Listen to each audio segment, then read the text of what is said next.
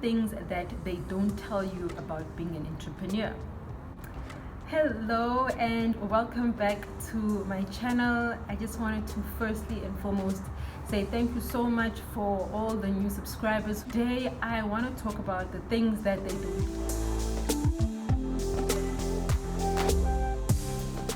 This week I'm actually having a very down week. I don't feel my best. I don't feel physically fit since around Monday, and I've been just thinking maybe I'm coming down with the flu. What is happening? I don't have any other symptoms. I've just been feeling down. And then I eventually got to thinking that perhaps this is one of those times when my body starts to speak to me, and I really should rather listen to it and just take note of what is my body saying to me. I haven't had a strenuous activity. I haven't done anything. It's just an overall mood where at the beginning of my YouTube channel, I off the bat started out telling you guys about how to do events, how to do setups, how to do this, DIY this, on the road with me, setting up with me, and it's been all real. I've enjoyed it. I've been blessed with bookings during COVID, so I have been working. But what I have not done because of the craze was actually take the time to rest. All right, understandably, because of COVID, I did spend some time not working. So when I did get the chance to start working, I was very amped to get working. Mind you, the time that I wasn't working, it means I wasn't making money. So when I got the chance to make money, I have been taking bookings back to back, and I've been busy since I felt it was safe enough to work. My body now decided that, Alwando, you've been taking me through the most, and you need to just take some time and chill and relax and just feed the engine.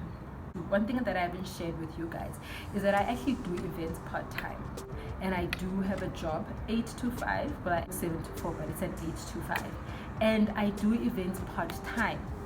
This usually does shock my clients or people who come in contact with me that I'm able to juggle both, and the question is always how. And I can only attribute my little success to managing the two, to having a very solid plan or diary where I really do my best to try and prioritize my time effectively. But it does take a toll, and that's what's happening with me now. I believe that my body is saying, Rando, please rest. You have been doing the most. I also thought, let me actually take the video at work. So right now, this is my lunch hour. I took the time out instead of having my lunch to do the video and just show you that it's not as perfect as it seems, guys, to have a side hustle. It's very hard.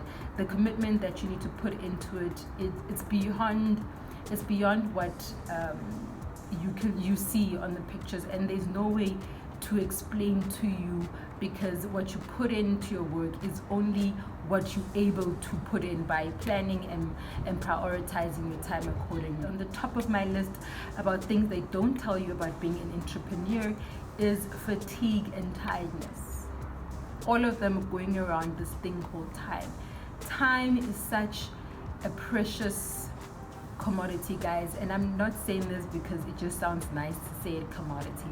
No, time, it is so expensive, and your personal time is expensive.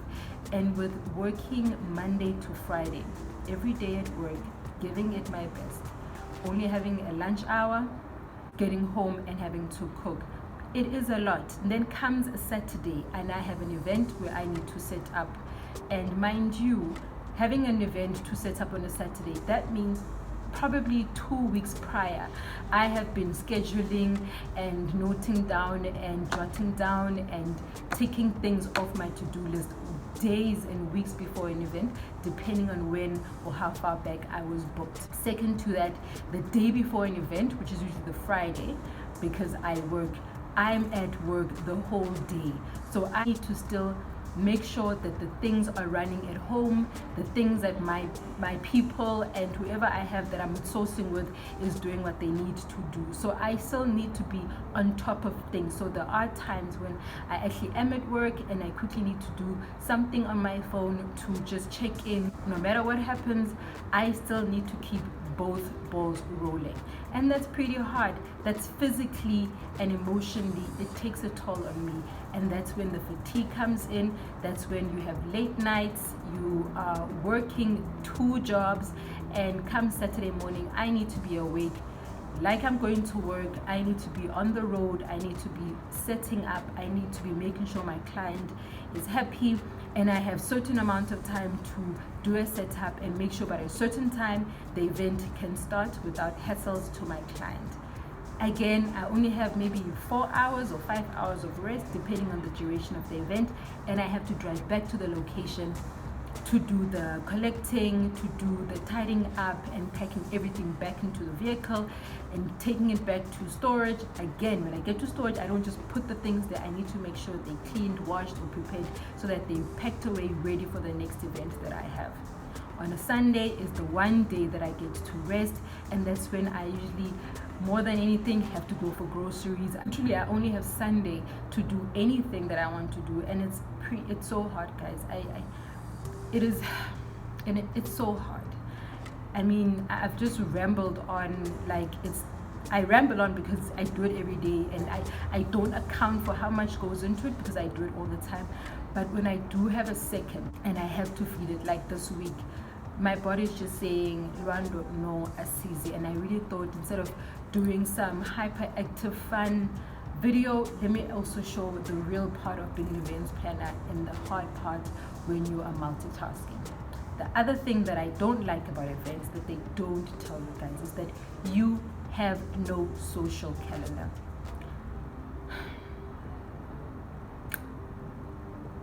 Well, besides this year, when because of COVID, everybody didn't have a social calendar. But for me, who never has time to do anything with anybody, it was kind of normal. It was frustrating though that I couldn't go out for a coffee date or 2. But overall, I have no social life. My friends know this. For me to do something, I need to be told way in advance, and I need to physically book myself off the calendar for me to commit to anything or attend any function.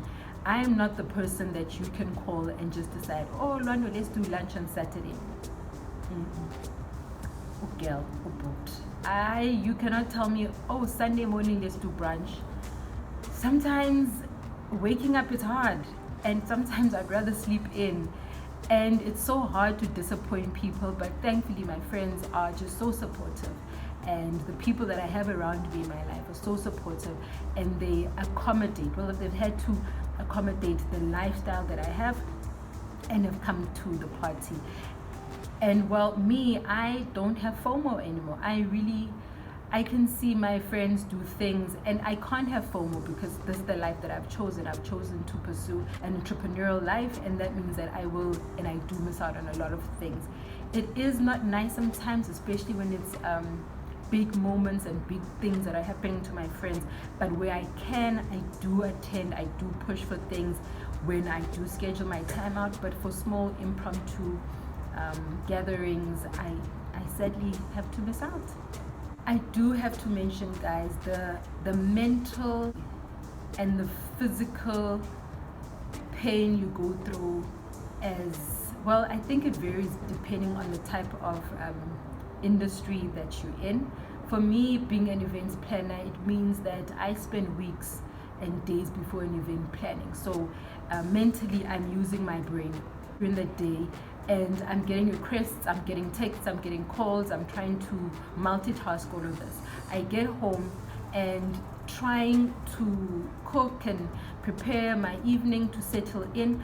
As much as I have an auto response that says my working business hours end at 5, I do have to still check my phone and respond to queries. And if I do have an event that's coming up, or I have an idea that I want to pursue, that's the only time that I have to go into Pinterest to look for ideas, to chat to my friends, and just that time eats into my personal time, which is something else that you don't have when you are an entrepreneur. You do not have personal time. Physically, because I'm in events, it's a physical industry where I need to be physically present for an event, and I need to physically lift and set and place, whether it's glasses, cups, or making balloons, which is by far the most physically balloons, guys. Those things are not expensive for nothing. They take so much time to prepare. My bag, if I have to do like a full on these card setups that I'm doing, guys, you don't understand. Those things, we have an assistant who is just the most amazing thing and a godsend to me, who helps me with those, and she helps me pull them off, because if I had to do those by myself, I would break my back. I probably would not even take the bookings. It's hard. So physically you need to be fit, and I honestly should be a person who's more physical, in the sense that I should be walking or doing some type of physical activity on weekends or during the week, just so I can feel that my body is physically fit, which I promise I promise I'll try my best, and I will work on it. All right, but emotionally and physically, it does take its toll, and when that happens, that's when the fatigue and the tiredness comes in. And whether you like it or not, if you don't listen to your body, you will crash. Last but not least, we are entrepreneurs because, well, we want to service our clients. We want to do the best. We want to show our talents. More than anything, we are in the business because we want to secure ourselves financially, and that, I think, for me, is the one thing that drives me every day. It's the thing that pushes me to take events. It's the thing, no matter how tired I am, the fact that I know that I am earning money for doing this, it does help me make the decision to get out of bed earlier. But I'm not saying, guys, you need to put this before your physical well-being. The financial strain of making sure that your books are correct, and making sure that you're getting paid, and making sure that your value in your work is being paid for, is a push.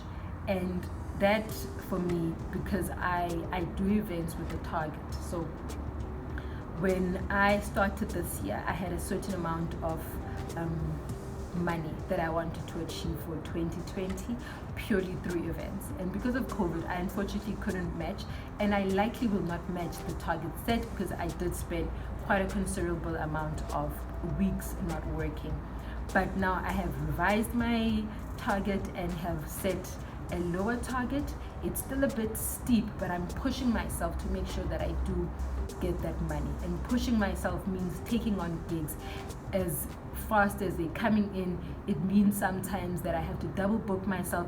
All these things, because I'm in the pursuit of financial freedom, because I'm in the pursuit of making sure that one day I can have Ulwando Luhle as a business that I run only, and I don't have an 8 to 5.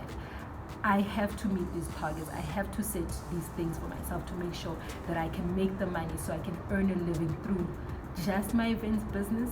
And this is what I will highly advise to you if you are an entrepreneur. Don't work and break yourself over for just cents. Make sure you have a target. Make sure your money is going towards something. Please, guys, do save your coins. No matter how much you're making in terms of profit, save something and bank it for one day when your business grows. One day when you want to do something, you're able to go to the bank and say, listen, this is my business, I need funding. Or attract investors to you. But you can't do any of that if you are having a hand-to-mouth business. Than anything, why it's good to have savings, guys, is because COVID. Nobody expected COVID. Nobody, not even the best banks in the world, could have predicted that COVID was going to happen. So when COVID happened and a lot of people could not work during the COVID outbreak, especially at the peak, a lot of companies were able to sustain themselves through savings. I, luckily enough, was able to not have any financial impact to my business. Number one, because everything of mine is planned accordingly. Number two, I had savings that I could dip into, forgetting the fact that I do have an 8 to 5 job. it did play a huge part in me being able to afford 4 months where I wasn't having any gigs. With all that said, guys, being an entrepreneur is such a rewarding feeling. It really is. When you're able to buy yourself something and you use your own money. For me, the rewarding part is when I get paid by a client, and before I do anything else, I always pay myself first. By paying myself, I mean I pay and I save. Right? So the client pays me, I take whatever profit is that I've already calculated from the event and I put it towards savings. Because I don't have a salary as yet as a small business owner, I do have a secret cash stash where I put money in there, so that when times, well, before COVID happened, I would then dip into my cash stash and do whatever it was that I felt my body needed at the time. So before COVID, I enjoyed taking short trips. I enjoyed doing day trips, play dates, lunch dates, coffee dates. Any time where I saw that, oh wow, I'm not booked, or I have some free time of the weekend, I made sure that I would plan a day trip. Even if it's just for coffee and a slice of cake, I was like this, with making sure that I was happy. This includes going for hikes. This includes going for lunch. I would go as far as Pretoria at the Rose Farm just so I could get some time out. Do not forget to treat yourself. You are your business, and as a small business owner, I understand you are the receptionist, you are the admin, you are the manager, sometimes you are even the driver. You are it. And if you burn yourself out, then there's nothing left for you to push the business with. So I am listening to my body this week, and thankfully I am not booked, and I hope nobody creeps up and wants a last minute booking, because I will not take it. This weekend I want to go and lay under a tree, read a lovely book, and possibly snooze and just relax, because I had a jam-packed couple of weeks of events, and judging by the way bookings are coming in, I'm set to be booked for the remainder of the year.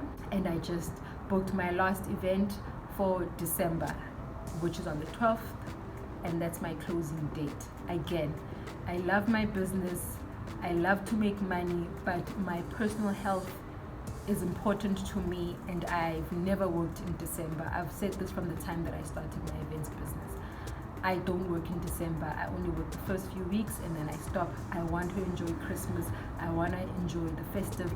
I want to relax. I really want to give myself the time, and have had many people tell me, but Johnny, why do you work in December? That's the business events. Wow, you're in December. You must be so busy. Whoa, in December. No. In December, I don't work, guys.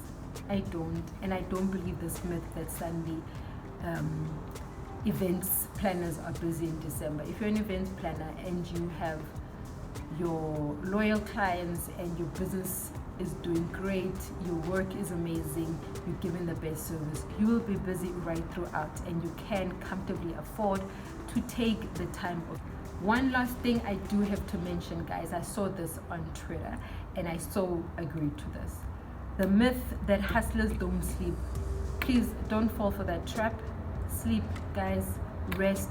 Your body is your engine. It's the thing that feeds and drives your business. Take the time to rest. Don't push yourself. Pace yourself. Plan time off. Enjoy running your business. Be physically fit and be physically present. Go easy. Please do feed your soul. That's what I'll be doing this weekend. Thank you so much for watching. Thank you so much for subscribing. Thank you so much for the love. Guys, I cannot thank you enough. Spirit of feeding your soul, I need to go and grab my lunch and quickly finish it so I can get back to my day job, the one that pays the real bills. Thank you so much for watching. I love you so much. Goodbye. Guys, I really appreciate the comment. I try my best, and I am responding to each and every single person who has any feedback or has any questions that they've left. I do my best to respond.